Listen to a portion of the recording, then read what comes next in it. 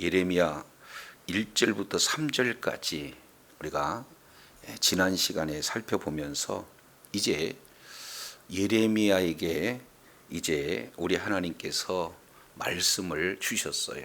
그리고 예레미야가 이제 활동했던 그런 시기, 그 시대적인 우리가 배경을 살펴보면서 이제 오늘은 본격적으로 4절부터 10절까지 예레미야에게 이제 소명을 주시고 그리고 또 이어서 사명을 주시는 그런 내용이 소개가 되고 있습니다.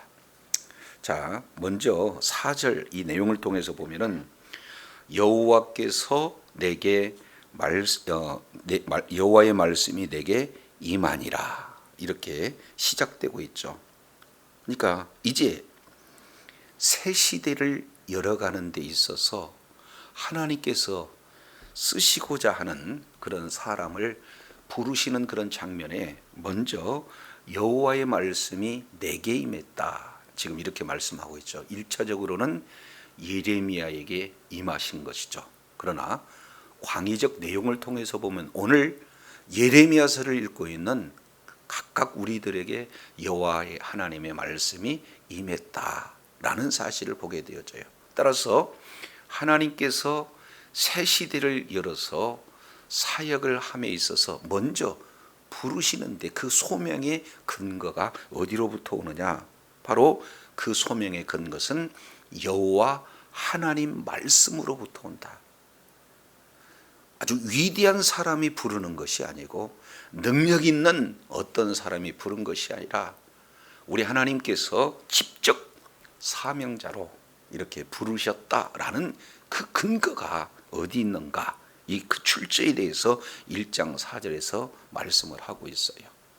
자, 그런데 5절 내용을 보면은 예레미야를 이제는 열방의 선지자로 여러 나라의 선지자로 부르시는 소명의 내용이 5절 기록되고 있는데 여기서 주의해 볼 수 있는 내용은 바로 4개의 동사가 이렇게 소개가 되고 있습니다. 자, 첫 번째 주어를 보게 되면은 내가 너를 열방의 선지자로 세웠다.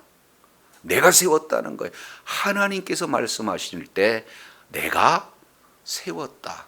이 바로 선지자로 세우신 주권자가 바로 우리 하나님이시다. 그러면 누구를 세웠느냐? 예레미야, 너를 세웠다. 어떤 사역을 위해서 세웠느냐? 열방의 선지자로, 여러 나라의 선지자로 세웠다라는 사실을 말씀하고 있어요. 그 중에 첫 번째 이렇게 주시는 이 동사가 문장 구조가 도치법으로 되어 있어요. 약간 순서를 바꿔놓음으로 하나님께서 이제 예레미야를 부르셨다. 예레미야를 택하셨다. 예레미야를 구별하셨다. 이 내용을 강조하기 위해서 이제는 문법, 문장 구조를 도치법으로 이렇게 말씀을 하고 있는 내용이죠. 그래서 내가 너를 이제 모태에서부터 짓기 전에 너를 뭐 했다? 알았다. 그러니까 첫 번째 순서는 뭘 말씀하고 있냐? 내가 너를 알았다는 거예요. 우리 하나님이 모르시고 부른 것이 아니라 뭐예요? 알고 불렀다. 첫 번째 단어가 됩니다. 그리고 알았기에 이제는 하나님의 선지자로 부르시기 위해서 두 번째 동사 구별하였다. 이렇게 말씀을 하고 있어요. 여기서 목적은 사역 형태이기 때문에 바로 너를 열방의 선지자로 이렇게 세우기 위해서 구별하시는 그런 어떤 내용이 되어져요. 자, 그래서 이 두 가지 내용이 아주 중요합니다. 그래서 우리 하나님이 소명이 우리 하나님으로부터 소명이 주어질 때 가장 먼저 한 기둥은 어떤 내용이냐? 알았고예요. 여기서 알았다라고 하는 이 내용은 야다라는 이 단어를 사용하고 있는데 우리가 잘 알겠지만 이 야다는 부부 관계를 통해서 남자와 여자가 서로 아는 경험에 의한 야다 이렇게 말씀을 하고 있어요. 그러니까 우리 하나님께서는 먼저 지금 예레미야를 알았다라고 하는 이 내용은 이 뭡니까? 예레미야와 그리고 하나님과의 그 관계가 아주 친밀하고 이제 아주 가까운 그런 관계를 강조하고 있는 그 단어가 뭐예요? 알았다라고 이렇게 말씀을 하고 있습니다. 자, 이어서 너를 뭐 했어요? 구별했다. 이것은 많은 사람들 가운데 우리 하나님께서 특별히 이제 사역자로 세우기 위해서 구별하시는 그런 내용을 지금 말씀을 하고 있게 됩니다. 자, 그러면서요. 세 번째. 자, 너를 알았고 너를 구별했기 때문에 이제는 너를 지었다 이렇게 말씀을 하고 있어요.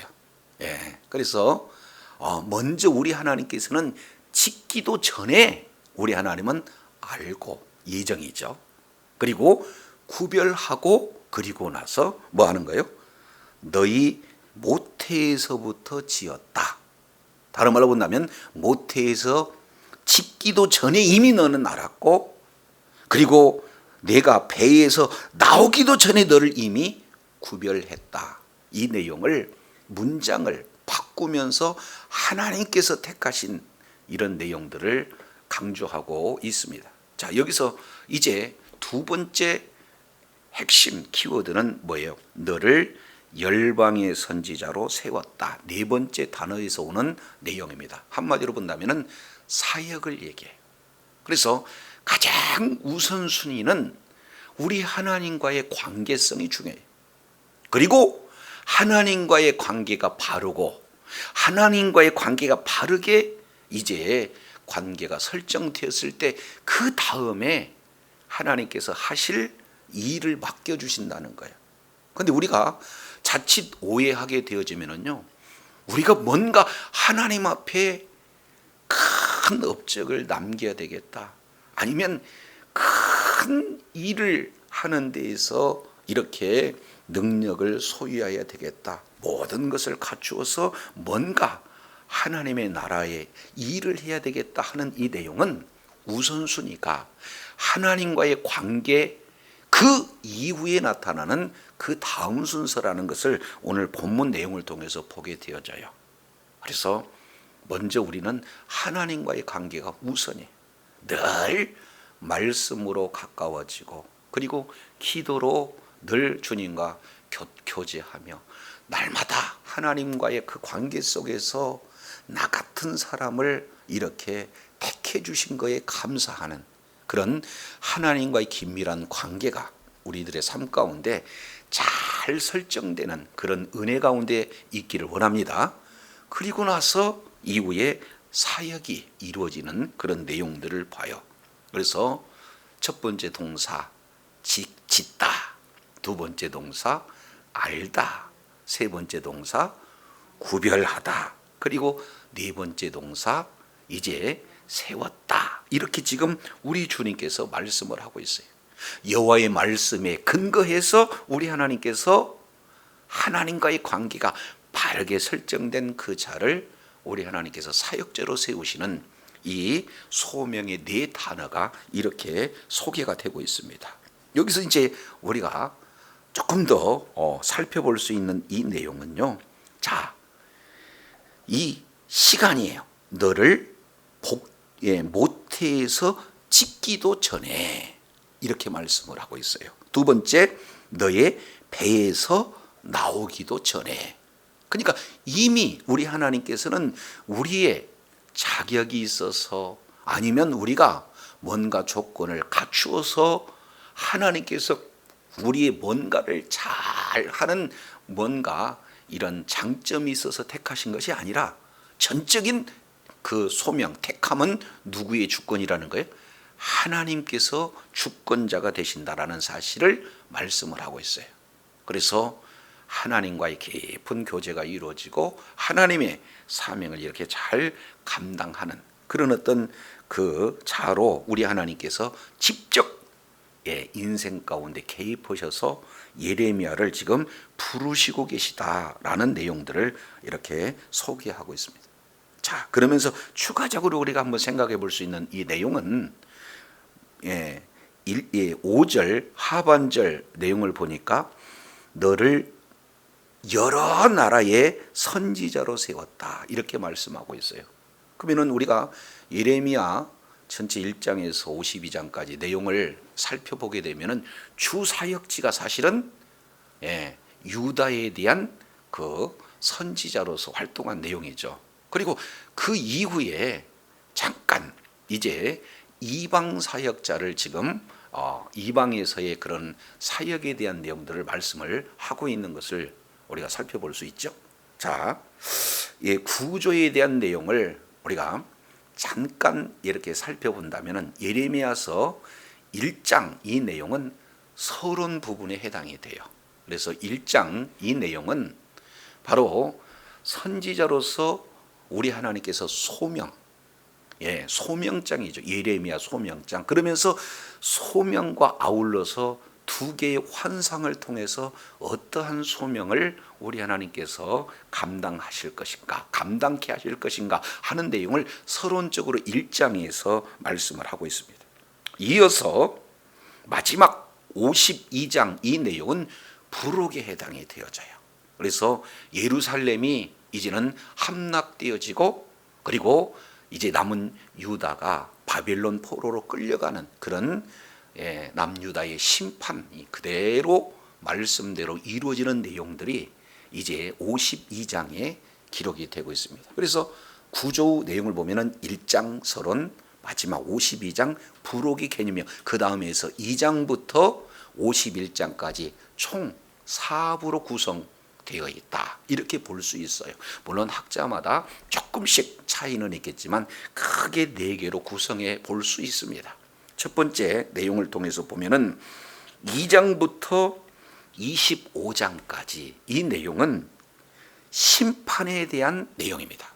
그래서 심판에 대한 12편의 설교가 이렇게 기록이 되고 있죠. 그래서 일명 성전 설교다 이렇게 말씀을 하고 있어요. 그래서 성전에서 이제 유다의 심판에 대한 메시지를 전하고 있어요. 이어서 26장부터 33장까지 이 내용은 바벨론이 이제는 예루살렘을 침략한 전후에 대한 정황에 대해서 말씀을 하고 있고, 특히 34장부터 35장까지 이 내용은 이제는 예루살렘이 함락되는 전후를 기준으로 하는 메시지예요. 바벨론이 침투하고 그 다음에 마침내 예루살렘이 함락되어지는 그런 내용, 여기까지 이 내용이 주로 2장부터 45장까지가 남유다의 그런 어떤 심판에 대한 내용들이 위주로 이렇게 소개가 되고 있습니다. 이어서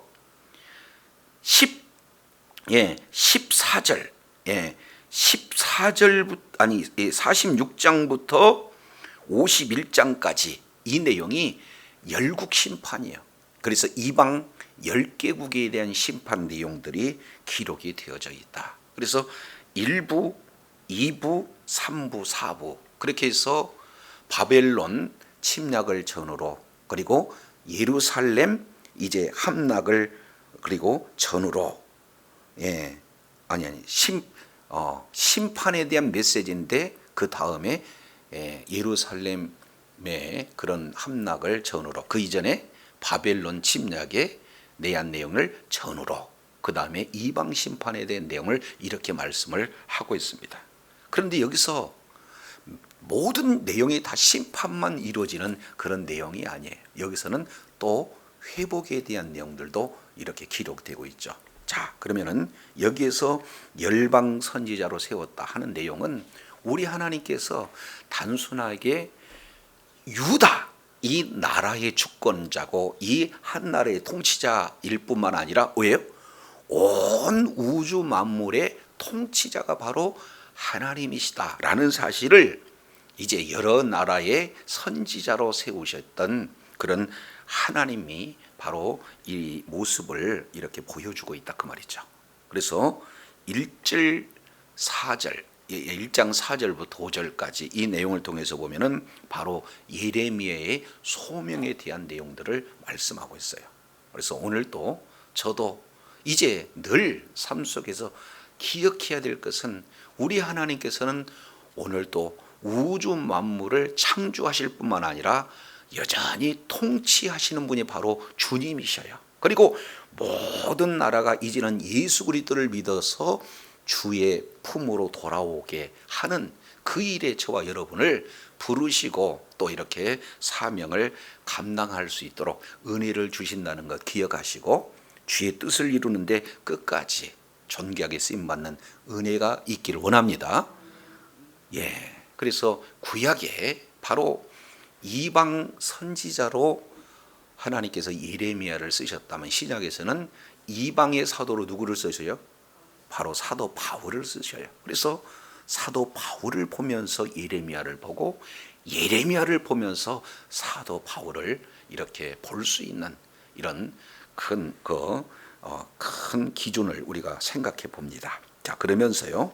자, 이런 어마어마한 하나님의 은혜가 주었음에도 불구하고 자, 이 소명이 주어졌을 때 반응이 어떤가?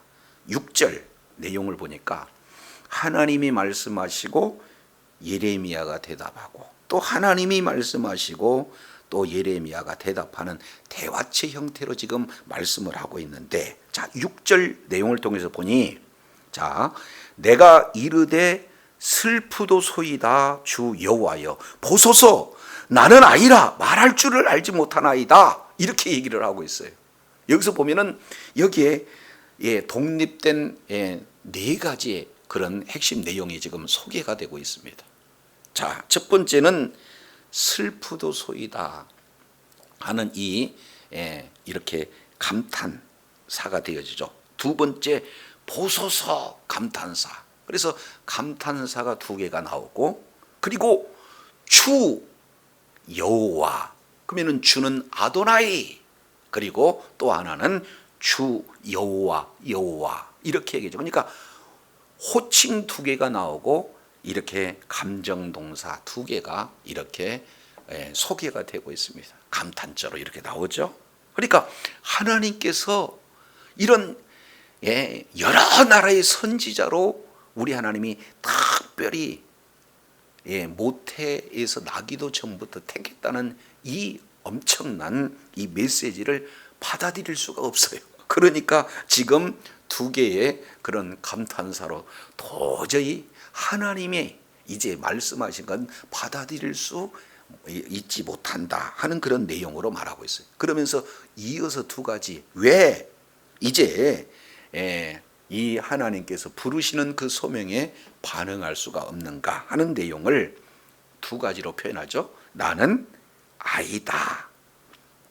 그리고 이어서 말할 줄을 알지 못하나이다. 크게 두 가지. 하나는 자격이 안 됩니다. 여기서 아이라라고 얘기하는 것은 물론 겸손한 그런 어떤 표현이겠지만 대부분 학자들은 이때 나이를 약 18세에서 20세로 보고 있습니다. 그러니까 아주 어린 아이가 아니라 능히 감당할 수 있는 그런 나이에 그러나 하나님의 말씀에 소명의 사명을 잘 감당할 수 있는 과연 자격이 저에게 있겠습니까? 지금 하나님의 말씀에 순종하기보다는 자기 생각에 잡혀있는 첫 번째 내용이 바로 자격 문제예요. 두 번째 연결되어지는 것이 말할 줄도 모릅니다. 뭔가 하나님의 일을 하려면 그에 합당한 능력이 있어야 된다라고 지금 이 예레미야는 생각하는 거죠. 그래서 하나님이 나 같은 것을 부르셨다고는 하지만 나는 그 하나님의 그 부르심에 이렇게 응답할 수 있는 그런 갖춰진 자격도 없고 그럴 만한 능력도 없습니다. 저는 무능한 존재입니다. 그래서 저는 사양합니다. 지금 이 내용이 6절 대부분이에요. 오늘날도 역시 마찬가지로 우리는 하나님을 안다 하면서 너무나 하나님에 대해서 모르는 거거든요.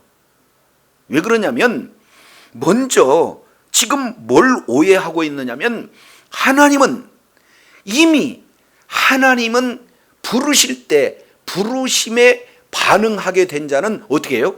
쓰실 수 있는 능력도 권세도 줘서 쓰신 줄로 믿습니다. 그런데 내가 자격이 있느냐, 내가 능력이 있느냐, 이렇게 자신의 쟁과 자신의 능력과 자신이 가지고 있는 여러 가지 할 수 있는 여러 가지 요소들을 이렇게 하나님께서 쓰신다라고 착각하고 있다 그 말이죠.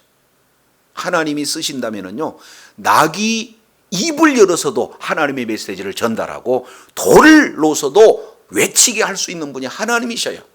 그렇기 때문에 우리는 하나님의 부름에 순종하는 그런 자세고, 그리고 주신 능력을 이제 통해서 정말로 믿음으로 충성하는 그런 어떤 자리에 있는 것을 우리 하나님이 원하는 거지, 우리가 뭐가 능력이 있어서 뭔가 갖춰서서 하나님이 쓰신다는 이 착각, 이런 오해, 이거 우리가 이 잘못된 오해에서 벗어나야 된다 하는 내용을 우리가 6절을 통해서 보게 됩니다.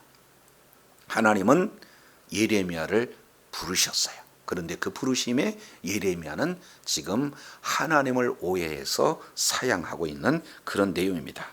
자, 그랬을 때 우리 하나님께서는요, 포기하지 않으셔요. 자, 이 내용은 비단 예레미야만 이렇게 하나님의 부르심에 노한 내용은 아닙니다. 그잖아요. 모세의 경우는 출애굽기 3장 내용을 통해서 보면은 하나님이 부르셨을 때 5번 거절해요. 그리고 하나님께서 모세를 쓰시고 난 다음에 바로 앞에 나가가지고 이제 어려운 고초를 당하니까 또다시 추가적으로 2번이나 더 거역합니다. 그러니까 결국에는 7번 거역해서 마지막에 그래도 하나님께 이제 끝까지 포기하지 않고 모세를 들어 사용함으로 하나님께서 이제 이스라엘을 구원하는 일에 아주 지도자로 모세를 귀하게 쓰신 것을 보게 됩니다. 그런 모세조차도 몇 번씩이나 거절했어요? 7번씩. 하나님을 모르기 때문에. 그 유명한 이사야도 이사야 6장 이 내용을 통해서 보면은 거절합니다. 그죠? 그래서 지금 예레미야 역시 마찬가지로, 에스겔 선지자도 마찬가지로 거절하는 그런 어떤 내용을 우리가 보게 되어져요. 자, 그런데 이제 우리 하나님께서 5절을 조금 세분화해서 소명을 주시되 이제 명령하시는 그런 내용이 7절에 연결이 됩니다. 자, 7절 보세요. 여호와께서 내게 이르시되 너는 아이라 하지 말라. 왜? 아이라고 했으니까 아이라고 하지 말아라. 왜 아이라고 하지 말아라 하냐면, 내가 너를 누구에게 보내든지 너는 가며 내가 내게 무엇을 명하든지 너는 뭐하라? 말하라. 내가 능력이 있어서 네 뜻대로 네 일을 하나님의 일이다라고 사명이라고 감당하는 것이 아니라 이 2가지 원칙이죠.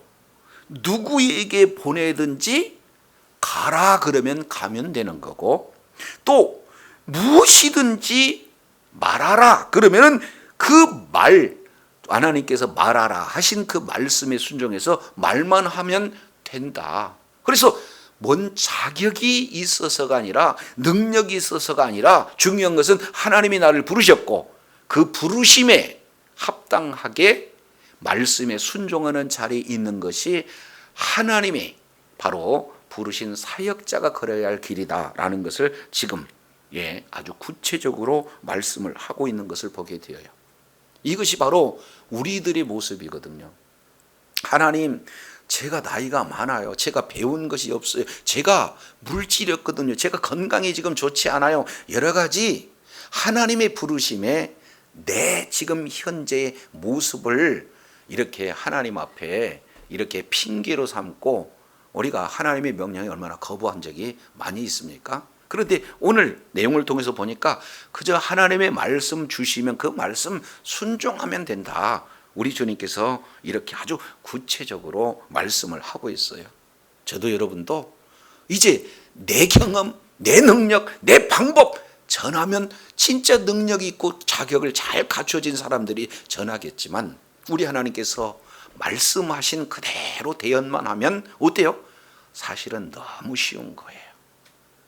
그러니까 나이가 많아서 글을 읽지 못해서 뭐 말할 줄 몰라서 그것은 우리들의 생각이고 우리 하나님께서는 뭐래요?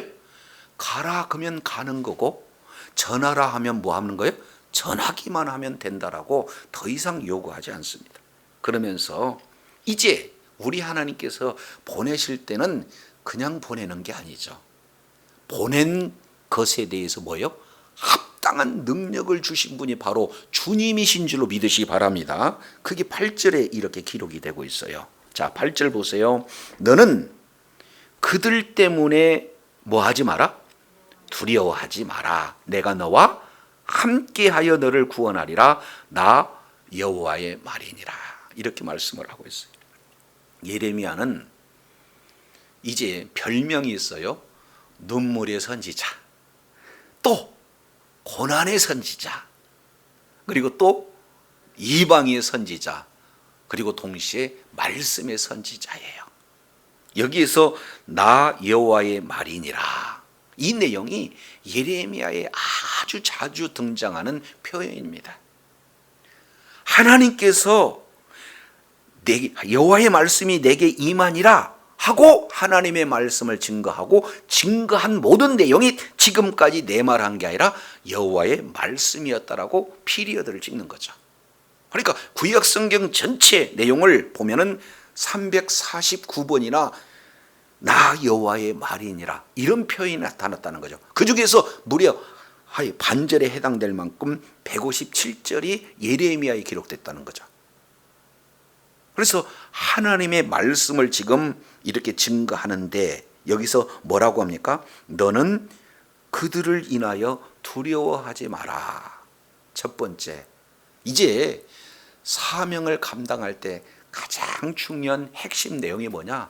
두려워해서는 안 된다. 이 내용을 말씀하고 있어요. 그러면 말씀만 두려워하지 말라. 이 내용은 안 되잖아요. 그러면 왜 두려워해서는 안 되는가? 그 이유를 뒤에 왜냐하면 내가 너와 뭐한다? 함께 있어서 너를 구원한다. 다른 말로 너를 구원하기 위해서 너와 함께 해주겠다. 그러니 두려워하지 말라는 거예요. 두려워한다는 것은 하나님이 함께 하신다는 사실을 믿지 않을 때 두려워해요. 반면 하나님이 함께 하신다는 믿는 믿음을 가졌을 때는 두려워하지 않는다는 거죠. 그래서 여기에서 내가 너와 함께 한다 라고 하는 이 내용은 이중적 의미가 이 속에 담겨져 있어요. 하나님은 함께 해주시지만 함께 하신 그 하나님을 믿음으로 생명으로 소유해라 하는 내용이 내가 너와 함께 한다는 이 속에 두 가지 내용이 함께 들어져 있습니다. 그래서 우리 하나님께서는 오늘도 우리와 함께 하시고 우리가 늘 동행하신 분이 주님이신 줄로 믿습니다. 그러면서도 불구하고 여전히 환경 만나게 되면 나도 모르게 두려워해요. 그것은 나와 함께 하신 하나님이 동행하시는 그 하나님이 믿어지지 않았을 때, 믿음이 약화됐을 때 두려움이 바로 따라오게 되는 거거든요. 반면 확실하게 하나님께서 함께 하신다는 사실을 갖게 되면 어떤 큰 문제가 있더랄지 하더라도 그 문제에서 구원하실 하나님이 함께 하시기 때문에 두려워하지 않는 줄로 깨달으시길 바랍니다. 그렇기 때문에 우리 하나님께서 가면 이제 이렇게 두려워할 환경에 놓여 있는데도 불구하고 두려워하지 말라. 왜? 내가 너를 구원한다. 그러면 이 구원한다 의미 속에서도 두 가지 요소가 이렇게 다분히 들어가 있겠죠. 구원한다는 건 뭡니까? 구원받을 상황, 구원받을 위경이 놓여졌다는 거죠. 동시에 그러한 구원받을 위기가 놓여져 있다 할지라도 하나님께서는 거기서 반드시 구원해내신다, 보호해내신다, 돌봐주시겠다 하는 메시지가 구원 속에 담겨져 있는 내용이에요. 그래서 우리는 이제 날마다 이제 열방의 사역자로 저와 여러분을 택하셔서 오늘 또 이제 저와 여러분 있는 그곳에서 주의 사명을 감당하는 그런 자리에 우리 하나님은 약속대로 함께 해주신 줄로 믿습니다. 이 내용은 예수님께서 마태복음 28장 19절 20절 지상 명령을 통해서 말씀하고 있잖아요. 너희는 가서 모든 족속으로 제자를 삼아 아버지와 아들과 성령의 이름으로 세례를 주고 내가 너에게 뭡니까? 내가 너에게 분부한 모든 것을 가르쳐 지키라. 볼지에다 내가 세상 끝날까지 너희와 뭐예요? 항상 함께하리라. 우리 주님이 약속하셨다 그 말이죠. 복음 증가는 그곳에 하나님이 함께 하신 줄로 믿습니다. 그러면 복음 증가할 때마다 여러 가지 이렇게 구원받을 만한 환경, 어려운 환경이 나타날 수도 있다는 거예요. 그랬을 때 우리 주님께서는 거기서 뭐예요? 지켜주시고 거기서 돌봐주시고 거기서 마침내 구원해 주시겠다. 지금 이렇게 말씀을 하고 있는 것을 보게 됩니다. 자, 그래서 다시 한번 이제 부르시고 소명, 그거에 대해서 거절한 그 자에게 다시 재차 이제는 명령 형태를 통해서 소명을 하고 계시는 내용들을 보게 돼요. 거기에는 물론 부르심의 사명을 감당할 수 있는 뭣도 주시는 거예요? 능력도 권세도 함께해서 주시는 거예요. 우리가 잘 알겠지만 마태복음 10장 1절 이하 내용을 통해서 보면 1절 2절에 이렇게 말씀을 하고 있어요. 12제자를 예수님께서 파송하실 때 12제자를 부르시고 그리고 그들에게 뭘 주어서 보내요? 귀신을 쫓아내며 병을 고치며 약한 것을 고칠 수 있는 능력을 주시고 그리고 둘씩 가서 짝지어서 복음을 증거하는 사명을 감당하는 일들을 보게 되어져요. 그래서 우리 하나님이 부르셨다? 그 얘기는 뭐가 전제된 겁니까? 사명을 감당하라는 거예요. 그러면 사명을 감당하라 할 때는 반드시 우리 하나님이 뭣도 줘요? 사명을 감당할 수 있는 권세도 능력도 우리 주님이 허락하신 줄로 믿습니다. 그 내용이 9절에 연결이 되어져요. 자, 이제 9절 보시겠습니다. 9절 이리 말씀하시죠. 여호와께서 그 손을 내밀어. 다시 여호와께서 뭐를 내밀어요? 그 손을 내밀어 어디에다가 대셨다? 입에 대셨다. 이게 사실은 실질적인 우리 하나님께서 이제는 그 열방의 선지자로 세우시는 장면입니다. 그 손을 내밀어 내 입에 대시니 지금 이 말씀을 하고 있어요.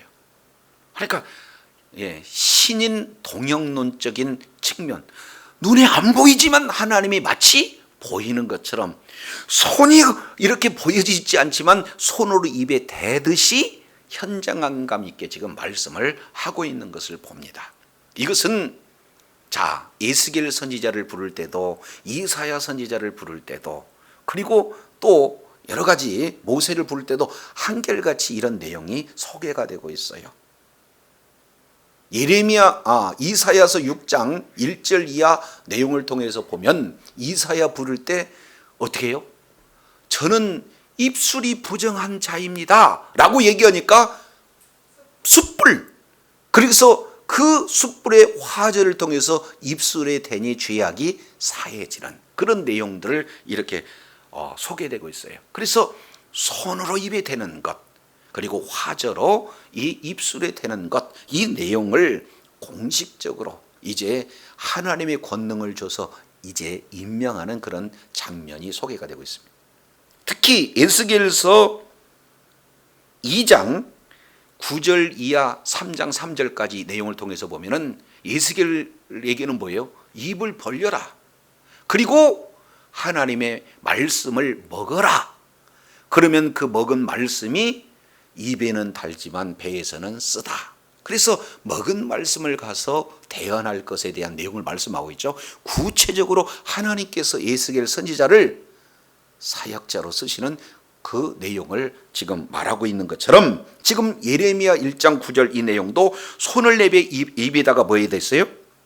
입에다가 손을 대셨다. 이 내용을 역대하 20장 6절 이 내용을 통해서 보면은 손은 권능을 말씀하고 있어요. 능력을 말씀하고 있어요. 그러니 사명자로 부르셔서 감당할 때 그냥 보내는 것이 아니라 합당한 능력을 주셔서 그런 권능을 주셔서 이 모든 하나님의 전권을 임해서 보내는 것을 볼 수가 있어요. 그러니 예레미야는 이제 가서 전파하는 그곳에 하나님의 대사 자격으로 전권을 위임받은 자로 뭐예요? 가서 하나님의 말씀을 바로 전할 수 있는 그런 권세도 능력도 우리 하나님께서 허락하셨기에 이제는 신분 자체가 나는 하나님의 대사다 하고 뭐예요? 복음을 증거하는 거죠. 우리 역시 마찬가지입니다. 이 내용을 고린도후서 5장 17절 이 내용을 통해서 우리가 살펴보면은 그런즉 누구든지 그리스도 안에 있으면 새로운 피조물이라. 18절 그리스도로 말미암아 중반절에 우리를 자기와 화목케 하셨어요. 또 우리를 화목하게 하는 직책을 주셨습니다. 그리고 19절 하반절에 보니까 화목하게 하는 말씀을 우리들에게 부탁하셨어요. 그래서 20절 이러므로 우리가 그리스도의 뭐가 됐어요? 사신, 대사가 되었다. 이렇게 말씀을 하고 있는 것을 보게 되어져요. 오늘 예레미야의 입술에 하나님께서 손을 대셨다. 이는 손은 야드, 바로 권능, 권세를 하나님께서 예레미야에게 위임하시고 위임받은 전권 위임을 받은 예레미야는 이제 하나님께서 세우신 대사로서 하나님의 복음을 하나님의 말씀을 가라 하는 곳에서 가고 전하라 하는 곳에서 전하는 그런 어떤 사명을 이렇게 감당할 때 자, 이렇게 표현해 아주 중요한 내용이 소개가 되고 있습니다. 9절 하반절에 이렇게 말씀을 하고 있어요. 자, 뭐라고 말씀하고 있습니까? 보라, 힘내, 주목해보라. 내가 내 말을 누구에게 뒀다? 내 입에다 두었다. 이렇게 말씀하고. 그러니까 하나님께서 말씀을 예레미야의 입에다 뒀다면 예레미야는 가서 말을 하는 것은 사람 듣기에 예레미야 말 같지만 실제로는 하나님의 말씀을 대언함으로 곧 누구의 말씀이에요? 하나님의 말씀을 증거하는 이런 내용이에요. 이것은 놀라운 일입니다. 하나님은요, 창세기 1장 3절 내용을 통해서 보면은 어둠 가운데 있을 때 뭐라고 그래요? 빛이 있으라 말씀하셨더니 뭐가 있어요? 빛이 있었어요. 궁창은 있으라 말씀하시니까 궁창이 있는 생명의 말씀, 능력의 말씀이다 그 말. 근데 그 말씀을 누구에게 맡겨줄 거예요? 예레미야에게 지금 맡겨준 거예요. 이 내용은 이미 전제가 있어요. 이 내용은 신명기 18장 18절 이 내용은 선지자 제도에 대한 내용을 모세가 이제는 가나안 땅에 들어갈 새 세대에게 당부하는 내용이에요. 이제는 나는 너희와 함께 갈 수가 없다는 거예요. 그러면 너희는 약속의 땅 가나안 땅에 들어가게 되는데 그 말씀을 어떻게 할 것인가? 나와 같은 선지자 한 사람을 준다. 그런데 그 선지자는 어떻게 되느냐? 바로 하나님께서 그 선지자에게 말씀을 두고 그 선지자는 그 말씀을 그대로 이제 가감없이 대언하는 그 자가 이제는 나와 같은 선지자 그랬죠? 그 선지자는 누구를 예표하는 인물입니까? 예수 그리스도를 예표하는 인물이에요. 오늘 여기서 내용을 보니까 내 말을 내 입에 두었다. 이 내용은 어떻게 되는 겁니까? 신명기 18장 18절 이하 22절까지 이 내용을 통해서 보면은 하나님의 말씀을 바로 대언하는 그 선지자와 똑같이 예레미야도 이 내용으로 보면은 예수 그리스도의 무슨 예표적인 인물이다. 이렇게 볼 수가 있어요. 아주 말씀을 듣지 못하는 완악한 자들을 향해서 메시지를 전해요. 전해도 듣지 않아요. 그래서 결국에는 예루살렘 성을 향해서 눈물 흘리며 예언하시는 예수님처럼 전적으로 하나님의 말씀을 대언했던 예레미야 사역은 곧 예수 그리스도 예표적인 그런 어떤 사역의 모습을 봅니다. 훗날 예레미야는요, 예레미야 31장 31절로 34절까지 구약 중에 가장 핵심적인 내용 새 언약을 선포해요. 모세가 시내산에서 바로 옛 언약을 이렇게 선포하는 것처럼 예레미야는 무슨 언약을 선포해요? 새 언약, 구약 속의 복음을 선포하는 아주 위대한 그런 사역자로 예레미야가 쓰임받는 그런 내용들을 보게 되어집니다. 자, 우리는 무슨 언약의 일꾼? 새 언약의 일꾼이에요. 그래서 하나님께서 우리들에게 이제는 십자가에서 이루신 그 생명의 말씀을 우리 입술에 물려주시면 이 말씀을 뭐예요? 전하기만 하면 내 말이 아니라 하나님의 말씀을 대언하는 그런 자리이기 때문에 하나님께서 마음껏 동행하여 주실 뿐만 아니라 일해 주신 줄로 믿습니다. 그 내용을 10절에 이제 6개 동사를 통해서 사명을 아주 자세히 기록을 하고 있습니다. 자, 10절 볼까요? 10절, 보라, 내가 오늘 너를 여러 나라와 여러 왕국 위에 뭐했다? 세웠다. 여기서 세웠다는 것은 공식적으로 임명하고 있는 내용이에요. 내가 오늘 너를 세웠다. 여러 나라, 여러 왕국 위에 세웠다. 그러면 세워진 그런 자는 공식적으로 사명을 감당하게 되는데 어떤 내용이냐? 6개 동사가 예레미야의 전체 사역의 핵심 내용이 되어집니다. 자, 너로 첫 번째 내용을 통해서 뭐라고 봅니까? 뽑고, 두 번째 파괴하고, 그 다음에 세 번째 파멸하고, 그 다음에 네 번째 넘어뜨림. 여기는 부정적인 표현. 이것은 한마디로 본다면 심판의 메시지예요. 그러니까 사중으로 강조하면서 그 심판의 위중함을 그대로 지금 표현을 하고 있습니다. 동시에 그 다음에 건설하며 다섯 번째, 심게 하였느니라 여섯 번째, 이렇게 표현하고 있어요. 여기서 건설하고 심는 이 내용은 긍정적인 메시지, 이 내용은 바로 회복의 메시지입니다.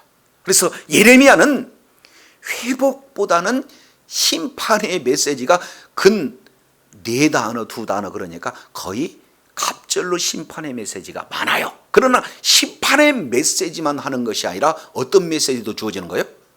회복의 메시지도 주어지는 거예요. 그러면 우리 하나님께서는 양면의 동전의 양면처럼 구원과 심판이 같이 하나가 되어지는 거예요. 그러니까 심판의 메시지를 진행하지만 결국 뭐 하는 겁니까? 하나님이 원하는 것은 구원의 메시지를 전하시고자 하는 것이 하나님의 뜻이에요. 그래서 긍정 단어 4개, 부정 단어 4개, 심판 메시지와 긍정 메시지, 바로 심판의 사역과 그리고 회복의 사역이 예레미야에게 주어지는 사명이고 곧 저와 여러분에게 주어진 사명인 줄로 믿습니다. 그래서 하나님의 말씀이 임하면, 선포하면 어떻게 돼요? 심판이 임하는 거예요. 그리고 말씀을 선포하면 회복의 역사가 나타난다. 그러면 여기서 우리가 이제 생각해 볼 수 있는 이 내용은, 우리 첫째는 우리 내면적인 부분을 살펴볼 수가 있습니다. 그죠? 이제 우리 내면을 자세히 살펴보면 하나님의 말씀에서 벗어나는 것, 하나님과의 관계가 멀어져 있는 여러 가지 죄악된 그런 요소들에 대해서는 단호하게 뭐예요? 내려놓고 버리고, 그리고 어떻게든지 비우는 그런 작업들을 계속해야 되지만, 이것도 중요하지만 중요한 것은 완전히 비어져 있는 그곳에 뭐가 있어야 돼요? 말씀으로 채워 넣어야죠. 생명이 그 속에 자리 잡아야 돼야죠. 그래서 건설하고 심는 이 내용도 엄청스럽게 중요한 거죠. 그래서 우리는 말씀으로 충만하게 되면은 이제는 나는 아무것도 아니로되 내 안에 계신 예수님께서, 내 안에 계신 그 말씀이 능력이 있기 때문에 이제는 복음을 선포하는 그곳에 심판이 임할 수도 있지만 뭐예요? 회복의 역사가, 살아나는 역사가, 건설되는 역사가 있게 되는 줄로 믿습니다. 그래서 예레미야 전체 내용을 통해서 보면은 30장 이 내용에서 우리 잠깐 살펴보겠습니다. 예레미야 30장부터 33장까지 이 4장에 걸쳐서 이것을 일명 위로의 책 이렇게 말씀을 하고 있어요. 계속해서 이제는 왕에게 심판 메시지합니다. 지도자에게 심판 메시지합니다. 그리고 우상 숭배하는 하나님을 떠난 백성들에게 계속해서 사중적으로 강력한 심판 메시지를 하지만 그들에게 또 동시에 무슨 메시지를 전하느냐?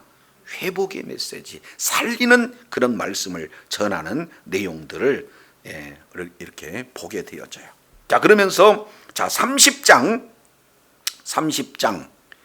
3절 하반절에 보니까 포로를 돌이킬 때가 이를 것이다. 그러니까 바빌론 포로에 대한 심판의 메시지를 했지만 우리 하나님께서는 뭐예요? 바빌론 포로로 끌려가자면 다시 이제 고토로 회복되어질 것에 대한 메시지가 섬기게 되는 거예요. 거기서 그럴 때 핵심 내용 2가지. 첫 번째 내용을 보면은 3절 하반절에 그 조상들에게 준 땅으로 돌아오게 할 것이다. 땅에 대한 이제 회복을 말씀을 하고 있고, 동시에 9절 하반절에 보니까 너희 왕 다윗을 섬기리라. 그러니까 예레미야 시대 때는 다윗 왕이 없잖아요. 그러니까 다윗 언약으로 계승된 그런 왕을 다윗 왕의 후손으로 오신 예수 그리스도께서 우리의 진정한 왕이 되신다 하는 땅과 그리고 뭐예요? 왕에 대한 회복을 지금 이렇게 말씀을 하고 있는 것을 보게 됩니다. 자, 그러면서 31장 4절 내용을 보니까 처녀 이스라엘아 내가 다시 너를 뭐하겠다? 세우겠다. 무너뜨리기도 하지만 다시 우리 하나님께서 세우신다 하는 이 내용들을 말씀을 하고 있어요. 자, 그 중에서 진정한 회복의 내용은 31절부터 34절까지 구약 언약 중에서도 가장 핵심이 되어지는 새 언약에 대한 내용들을 말씀을 하고 있죠. 그래서 31장 31절 하반절에 새 언약을 세우겠다. 우리 주님이 말씀을 하고 있는 것을 보게 됩니다. 그러면서 이제 마지막 이렇게 표현을 해요. 33장 보겠습니다. 33장 6절 이렇게 표현해요. 그러나 보라 내가 이 성을 뭐하고 치료하고 고쳐서 낫게 하겠다. 회복의 문제죠.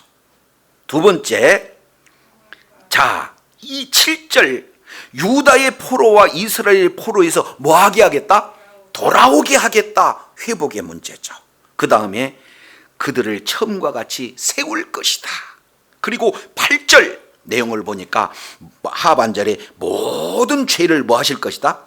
살 것이다. 이렇게 우리 주님이 말씀을 하고 있습니다. 근데 이런 모든 내용은 어디에서 다 이루어지느냐?